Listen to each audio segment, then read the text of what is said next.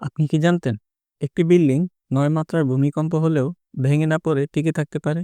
আজ আমরা দেখব ভূমিকম্প প্রতিরোধী বিল্ডিং কিভাবে কাজ করে এবং এর পিছনে অসাধারণ প্রযুক্তি বেজ আইসোলেশন সিস্টেম।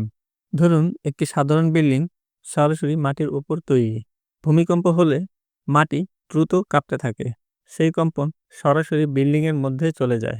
পুরো কাঠামো জোরে দুলতে থাকে, যার ফলে দেয়ালে ফাটল ধরতে পারে, কাঠামো দুর্বল হয়ে যেতে পারে এবং অনেক সময় পুরো বিল্ডিং ধসে পড়তে পারে।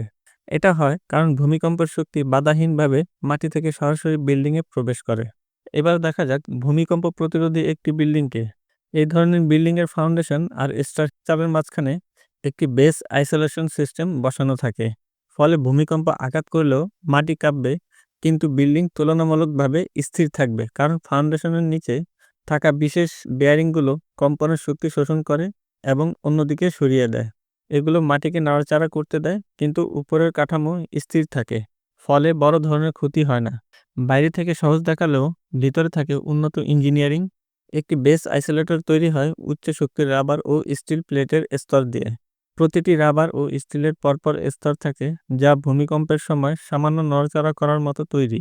এই উপকরণগুলো যথেষ্ট নমনীয়, যাতে ডানে বামে নড়তে পারে, আবার যথেষ্ট শক্তি তো যাতে পুরো বিল্ডিংয়ের ওজন বহন করতে পারে। উপরে এবং নিচে থাকা মাউন্টিং প্লেট, উপরের প্লেট বিল্ডিংয়ের সঙ্গে যুক্ত থাকে এবং নিচের প্লেট ফাউন্ডেশনের সঙ্গে যুক্ত থাকে। এই ব্যবস্থা বিল্ডিং ও মাটির মধ্যে একটি আলাদা স্তর তৈরি করে, যেন একটি কুশন ভূমিকম্পের ঝাঁকুনি শোষণ করছে। শক্তিশালী ভূমিকম্পের সময় মাটি প্রতি সেকেন্ডে ২০ থেকে ৩০ সেন্টিমিটার পর্যন্ত সরে যেতে পারে। যদি এই নড়াচড়া সরাসরি বিল্ডিংয়ে পৌঁছায়, তাহলে ভয়াবহ ক্ষতি হতে পারে। কিন্তু বেস আইসোলেশন সিস্টেম এই নাড়াচাড়া শোষণ করে কমিয়ে দেয়।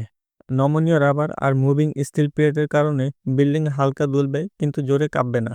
এতে কলাম, দেয়াল এবং ছাদ সুরক্ষিত থাকে এবং ভেঙে পড়ার ঝুঁকি অনেক কমে যায়। যদি ভিডিওটি ভালো লাগে তাহলে লাইক এবং সাবস্ক্রাইব করবেন। ধন্যবাদ। পরের ভিডিওতে দেখা হবে।